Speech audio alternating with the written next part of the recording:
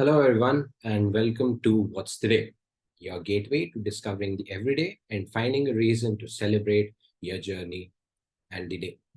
I'm your host, Aditya, and today we embark on a journey into one of the most fundamental aspects of human existence food. October 16th is the day marked on calendars worldwide as a day of reflection, action, and celebration. It's a day when the world unites in a shared mission to end hunger and improve global food security. And I've hoped you guessed it right. It's World Food Day. On World Food Day, we set aside our differences and join hands in recognition of the universal right to nutritious food. It's a day to raise awareness about the harsh reality of hunger that still affects millions and to ignite decisions and discussions on sustainable practices, food waste, and the future of our planet. But how did this day come into existence? What are the global challenges and how can each one of us make a difference? In this episode, we look at the history of World Food Day and then discuss a little about the smaller things that people can do on a daily basis for this purpose. Welcome once again to our exploration of World Food Day right here on What's the Day. Beginning with the history, World Food Day was established by the Food and Agricultural Organization and the member countries at the 20th conference of this organization in November 1979. Imagine this has been there for a very long time. This whole theme and the concept of the World Food Day was proposed and led by the Hungarian delegation at the time. Across the years, and they've had one simple theme throughout the years, but throughout the years, it's been the decadal turns that have marked the most important ones. That's what I feel. Going from the first one itself, food comes first in 1981. Then we had in 1990, Food for the Future, thinking about themes as to what the world could do for securing sustainable foods in the future. At the turn of the millennium, the theme was a millennium free from hunger. We went on to United Against Hunger in 2010. During the COVID pandemic, we had Safe Food Now for a Healthy Tomorrow. Now, it's imperative to understand that the theme has changed and has been pertinent to the issues that the world was facing at every year. And then we had to look at things from that perspective and how humanity had to push itself to ensure safe and nutritious food for itself then and for the future. This year, you might be thinking, what is it? So it's like, water is life, water is food, leave no one behind. It's a simple theme to look at, but then again, when you say it's not just about food, it's about water, because water adds to food. You cannot live without water, right? So water is life, water is food, and we leave no one behind in this endeavor of securing sustainable food today and for tomorrow. In the next part of our podcast, we'll be discussing some issues and how organic foods can help us in this sustainable securing of nutritious food for the future.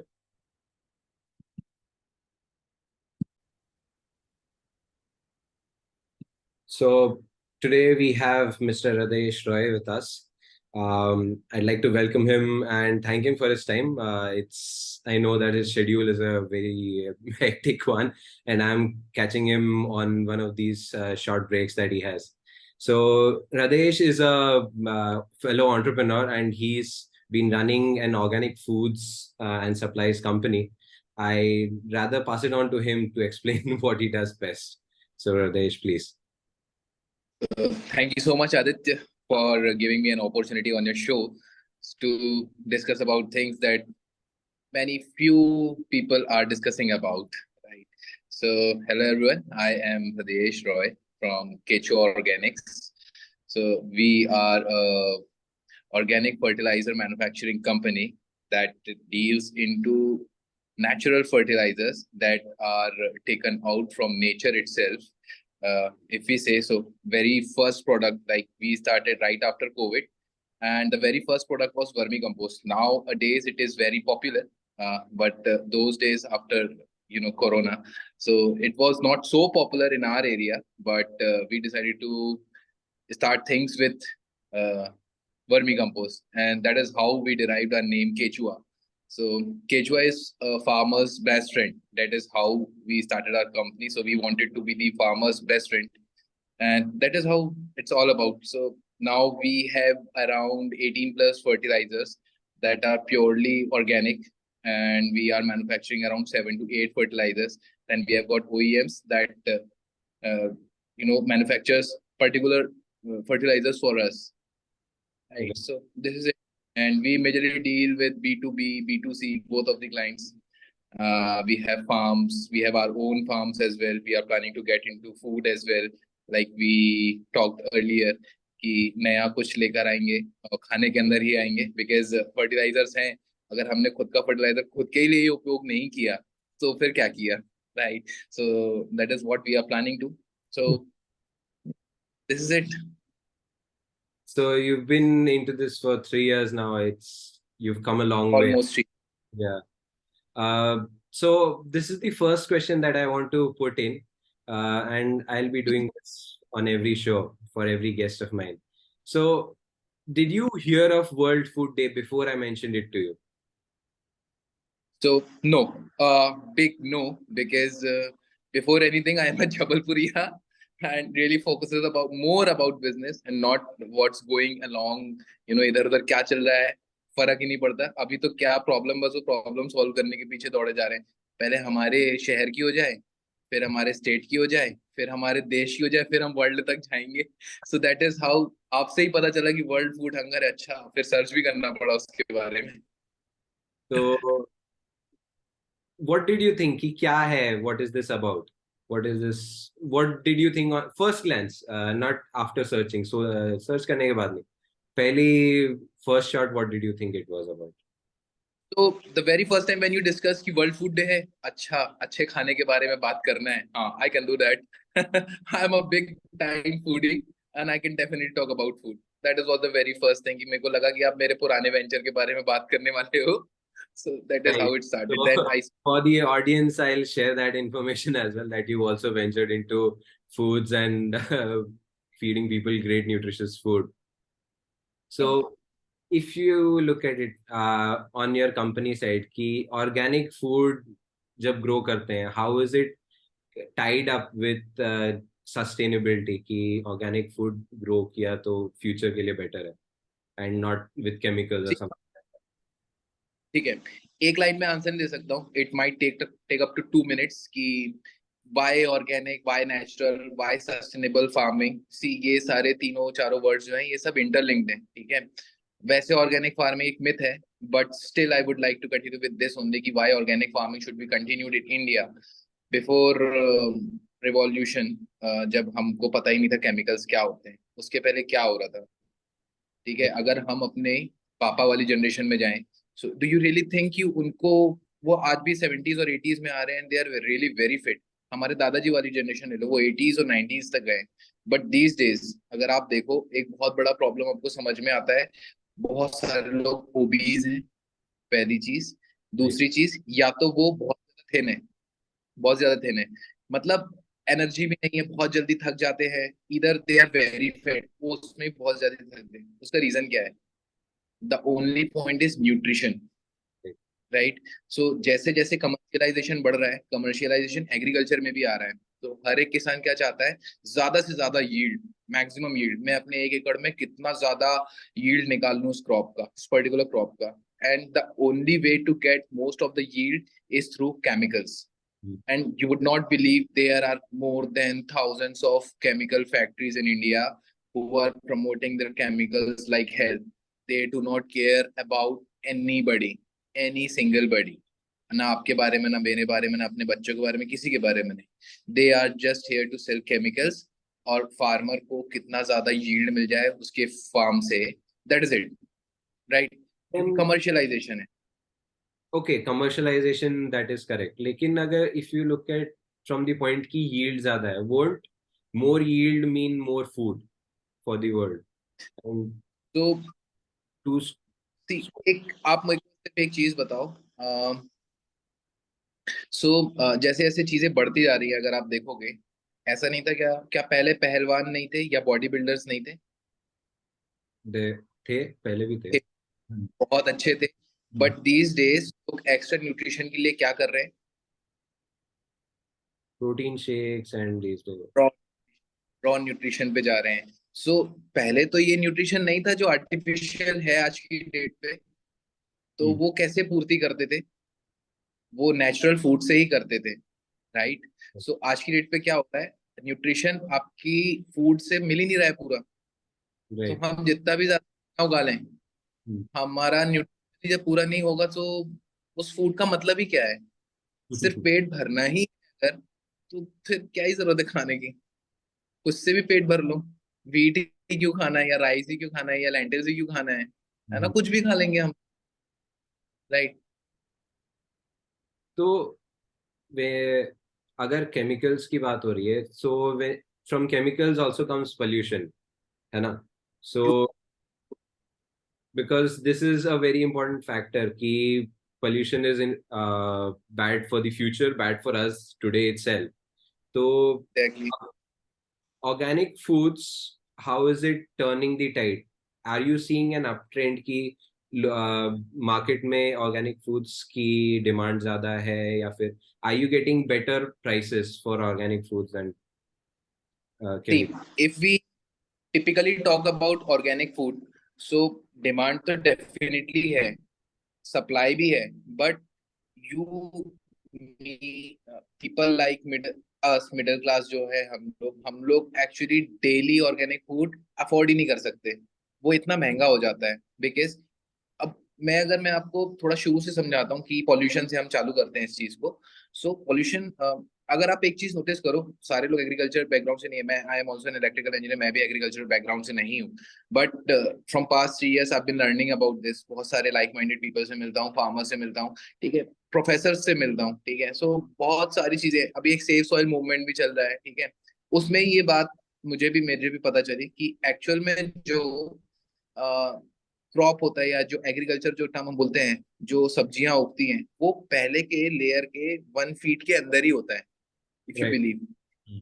मतलब जो पहले ऊपर का जो 1 feet का जो layer है ना, इसमें ही सारे माइक्रो ऑर्गेनिजम्स रहते हैं।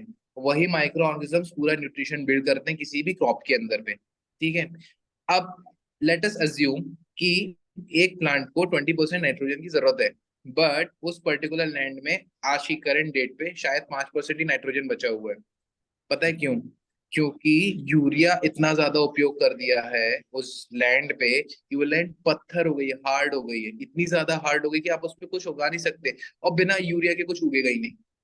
करेक्ट। ये आज डेट का एक्चुअल प्रॉब्लम है। अब उसी लैंड को अगर सॉफन करना है, तो आपको तो नेचुरल रिसोर्सेज की तरफ जाना ही पड़ेगा, ठीक है। पानी बहुत नीचे चला जाता जा रहा है।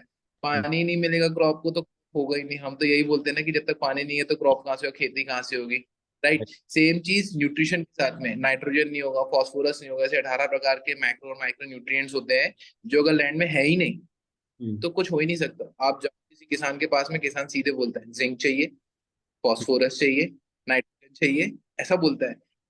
वो भूल ही गया खेती एक्चुअल में हो कैसे रही थी, ठीक है, क्योंकि उसको तो उगाना है, उसकी लैंड ही उसको अलाउ नहीं कर रही है बहुत अच्छा खाना उगाने के लिए, राइट। राइट? सो ऐसे करके चालू होता है, और तभी न्यूट्रिशन की बात आती है कि जब उगेगा ही नहीं अच्छा तो फिर न्यूट्रिशियस न्यूट्रिशियस फूड कहाँ से आ जाएगा? बट हाउ डज कि वर्मी कंपोस्ट डालने से ये तीनों चीजें साथ में मिले? Because at this point of time farmer सब कुछ अलग अलग डालता है, राइट? तो अभी सी वर्मी कंपोस्ट में सब कुछ कैसे है? I mean see organic. Compost में थोड़ा थोड़ा थोड़ा थोड़ा सब कुछ है, ठीक है। वर्मी कंपोस्ट एक बेस, आप सब जो, एक सेकंड, वर्मी कंपोस्ट एक बेस फर्टिलाइजर है, ऐसे समझो, that is rich in nitrogen, ठीक है। बट उसमें कार्बन भी है थोड़ा सा, उसमें जिंक भी है थोड़ा सा, उसमें फास्फोरस भी है थोड़ा सा, उसमें कैल्शियम भी है थोड़ा सा, उसमें सबको थोड़ा थोड़ा थोड़ा थोड़ा थोड़ा है। एंड वर्मी कंपोस्ट आता है कहाँ से? अगर हम इसको डिवाइड करें दो पार्ट्स में, सो वर्मी मीन्स वर्म्स, और compost means compost.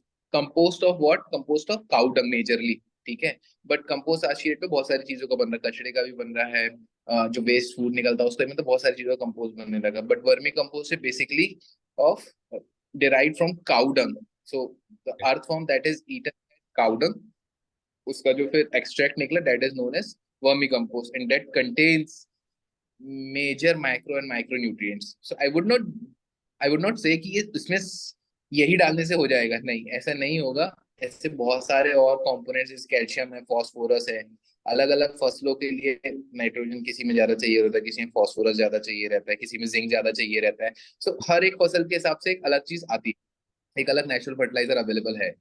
Okay, now थोड़ी देर पहले हमने पानी की बात की, we talked about water, right, how important it is, है ना?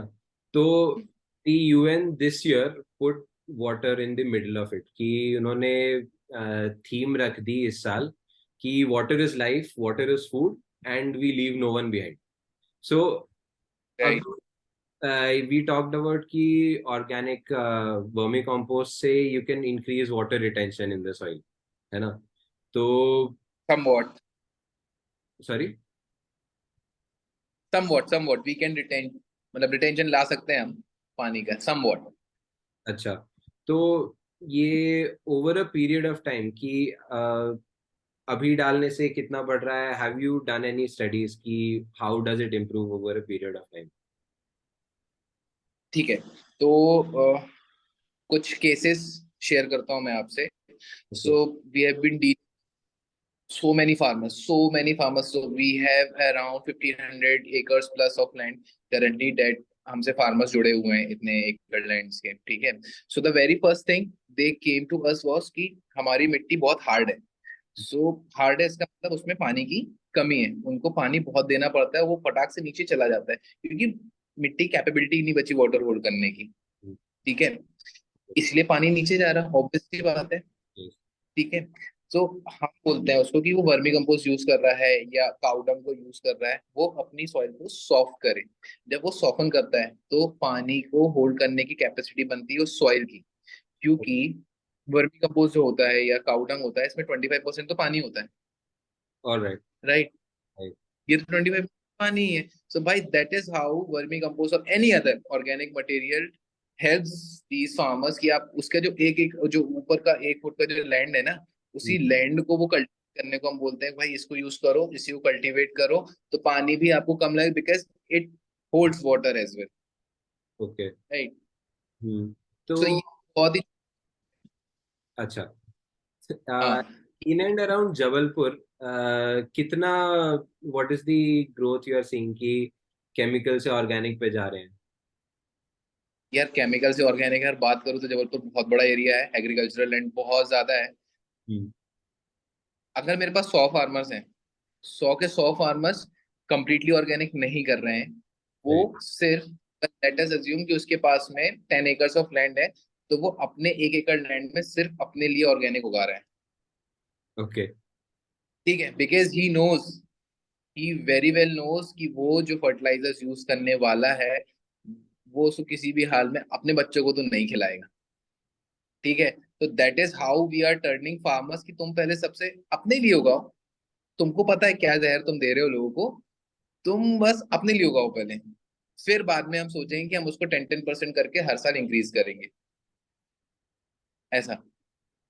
But then we are talking, क्योंकि ऑन वर्ल्ड फूड डे की बात हो रही है, तो हाउ इज इट कि हम सबको we spread this message across कि organic foods are more better and things like that? ठीक, मैं तो सबसे पहले सबको एक ही बात बोलता हूँ, हम B2C के अंदर भी काम करते हैं, ठीक है। B2B तो हमारा एक सेगमेंट है, राइट, कि जहाँ पे हमको बिजनेस चाहिए, बड़ा बिजनेस मिलता है, very obvious, but our very first thing, the जो की idea was to help gardeners, people who have their kitchen gardens, छोटे छोटे से टेरेस गार्डन्स हैं, और वो उसमें सब्जियां उगाते हैं, ठीक है। यू वुड नॉट बिलीव, लोगों को लगता है कि वो अपने घर में सब्जियां उगा रहे हैं तो बहुत अच्छी है, अच्छा उसमें बहुत बड़ा वो ब्लंडर क्या करते हैं पता है, वो वही यूरिया और DAP ला के डाल देते हैं। तो तुम्हें बाहर से खरीदने में और अपने घर में क्या अंतर रह गया, अगर तुमने वही यूरिया DAP और जो तरह तरह की दवाइयां हैं जो कृषि वैज्ञानिक है जो वो शेयर कर देते हैं, राइट, क्या फर्क रह, कोई फर्क ही नहीं रह गया ना। तो that is where we come down, कि आप जब बोलते हो organic, so use natural fertilizers. और ऐसा नहीं कि बहुत सारे ऐसे हमारे कस्टमर्स भी हैं, वी हैव अराउंड मतलब मोर देन 5,000 कस्टमर्स की जो कंप्लीटली ऑर्गेनिक करते हैं, और वो टेरेस गार्डन पे करते हैं। मिनिमम 5 से 7 सब्जियां तो उगाते ही हैं। सीजन चालू हो गया है।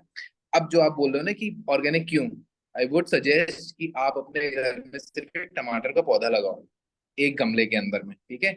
बीज मत खरीदो, आपके घर में टमाटर आता है, उसी टमाटर को लेकर के डाल दो। बहुत लेम सी चीज बता रहा हूँ। और उस पे कुछ मत डालना, सिर्फ वर्मी कंपोस्ट कहीं से भी खरीद के डालना, मेरे से भी नहीं खरीदना, कहीं से भी खरीद के डाल देना। लेट इट ग्रो, ठीक है। उसमें जब फ्रूट आएगा ना, उस फ्रूट को आप टेस्ट करना, और जो बाजार से है ना, उसी सेम टाइम बाजार वाले फ्रूट को टेस्ट करना।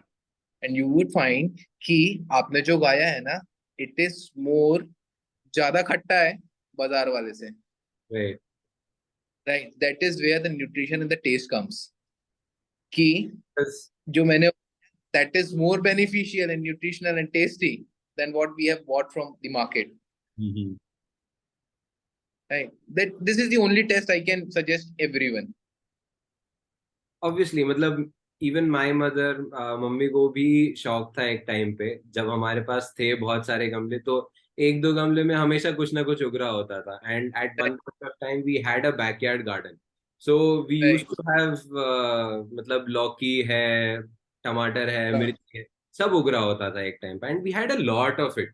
And right. It was just the fact कि वो घर का खाना है, बन रहा है और हम खा रहे हैं, एंड रोटेशनल बेसिस पे है। इट वाज ऑलवेज बेटर कि जो घर का ही खाना है। सेम चीज मेरे साथ में लॉकडाउन में हुई थी। लॉकडाउन में मैं भारी फ्री था, बहुत ही फ्री। गार्डनिंग का शौक था थोड़ा सा, सब्जियां उगाने का शौक था। अब सब्जियों के लिए वही है। एक्चुअल में फिर हम घुसे, मम्मी लगा देती थी थोड़ा थोड़ा, जैसे आप बता रहे हो, लौकी लगा लिया, ककड़ी लगा ली, और धनिया लगा ली, भाजी लगा ली, और सेम लगा ली। ऐसे 4-5 सब्जियां लगा लेती थी मम्मी, ठीक है।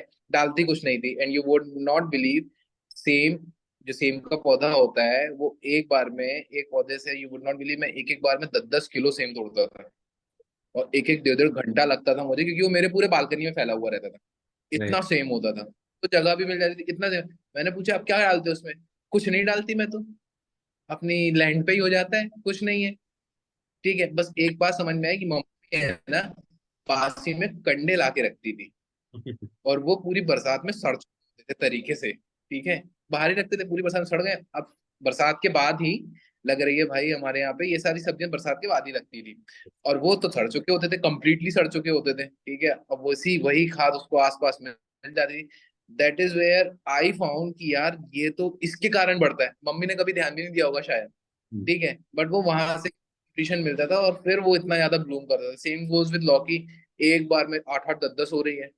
Correct. So that matters a lot. एक ही लौकी खाते हैं ना, 4 लौकी तो बढ़ती है, और उसका टेस्ट ही अलग आता है। Yes, I felt that.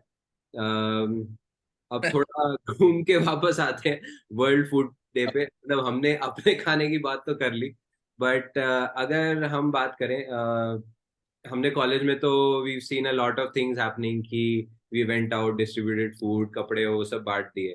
But from your perspective, from your organisation, ऐसा कुछ किया आपने कि लोगों को, one, you are teaching people to grow organic food. I saw your products, मतलब साइट पे तो यू हैव वर्मी compost and you have seeds as well, वो तो एक अलग ही segment हो गया कि you're teaching people to grow food, but on a local level, how is it that you're helping people? तो सी, जब आइडिया पे आते हैं तो हम बहुत सारी ऐसी चीजें भी देखते हैं जो मार्केट में नहीं हो रही हैं, Hmm. Right. I am having an experience of around 6 years और सो इन स्टार्टअप्स एंड कंपनी। बात करते करते, मार्केटिंग करते करते, सो the very first thing was कि जब मैं फर्टिलाइजर्स लेने जाता हूँ, तो मैं कहाँ जाता हूँ? हम एक फर्टिलाइजर शॉप पर ही जाते हैं ले दे करके, जो हमारे शहर में कृषि मंडी है वहां पर ही नॉर्मली मिलती है, राइट। या किसी नर्सरी पे जाते हैं। तो Right. भाई मैं भी गया, और मुझे इतने बड़े बड़े ब्लंडर दिखे हैं मार्केट के अंदर में, वर्मी कंपोस्ट को बोल के कुछ भी बेच रहे हैं लोग, गोबर सुखा के बेच रहे हैं, और वो ऐसे रेट पे बेच रहे हैं कि मैं अगर आज जो वैल्यू बेचता हूँ, और अगर मतलब जो क्वांटिटी मैं सेल करता हूँ आज की रेट पे, अगर मैं उस वैल्यू पे बेचूं, यू वांट मिले, मैं 6 महीने में 1 करोड़ से ज्यादा का माल बेच दूंगा सिर्फ रिटेल में। वो उस वैल्यू बेचते हैं। Okay. तो आई फाउंड यार, they are just looting people. Not even giving right product, right quantity भी नहीं दे रहे हैं, राइट प्राइस पे भी नहीं दे रहे हैं कि आई फोन यार इसका कुछ करना पड़ेगा, मतलब ये तो सही चीज है, करनी चाहिए, राइट। तो हमने सबसे पहले हमारी बेसिक थी right quality eight right price, right. तो हमने बस वही स्ट्रेटजी को शुरू से अपनाया। और दूसरी चीज समझ में आई भाई, हर कोई आसान कर रहा है चीजों को, तो हमने उसको घर तक पहुंचाना चालू किया। हमने लास्ट ईयर एक आउटलेट खोला, हमने इस साल वो आउटलेट बंद कर दिया। हमने आउटलेट जितना सेल नहीं किया था उससे ज्यादा सेल हमने 5 टाइम सेल्स हमने ऑनलाइन किया था। सो हमें बिलीव हो गया कि ऑनलाइन ज्यादा ग्रो कर रहे हैं, ना कि हम आउटलेट से ग्रो कर रहे हैं, राइट। हमने आउटलेट कंप्लीटली बंद किया, कंप्लीट ऑनलाइन पे आ गए। हमारा डार्क स्टोर आ गया, एक डार्क स्टोर अभी हमारा नागपुर में है, भोपाल में है, जबलपुर में। हम तीनों जगह करते हैं, That's good. तरीके से करते हैं, कंप्लीटली ऑनलाइन करते हैं। Right. मतलब लोकल दिखाने की जरूरत भी नहीं पड़ती है, एड चलाते हैं, बढ़िया से काम होता है और लोगों को दिखता है। और जब आप सेम चीज अमेजोन, फ्लिपकार्ट या किसी और थर्ड पार्टी वेबसाइट पे जाते हो, तो वही सेम चीज मैं भी बेच रहा था। 10 किलो अगर मैं अपने पास में 120 का बेच रहा हूँ ना, तो मैं वहां पे 500 रुपए का बेच रहा था। और आज की डेट पे ऐसा ही हो रहा है। So you just can not believe कि 4x प्राइस में मैं वहां पे बेचना पड़ रहा है, और मैं यहाँ पे मैं वही चीज 100 120 रुपए में बेच दे रहा हूँ। So that is what I found, कि right product, right price, right quality और service, that is it. Those are the fundamentals of good business. हमने फंडामेंटल्स फॉलो कर लिए, simple. Chalo. Thanks a lot. I mean, thanks Ardesh again for your time, and I will. नहीं नहीं, I am ready to answer anything right now. Probably, I mean, it's time to take rest as well. So we'll cut this short here, but then thanks again for joining me in on What's the Day. So we'll see you again some other time, some other day, and it will probably be one more purpose for which the day has been commemorated. Uh, Great, great, very happy to join you for this। Thanks a lot. Thank you so much.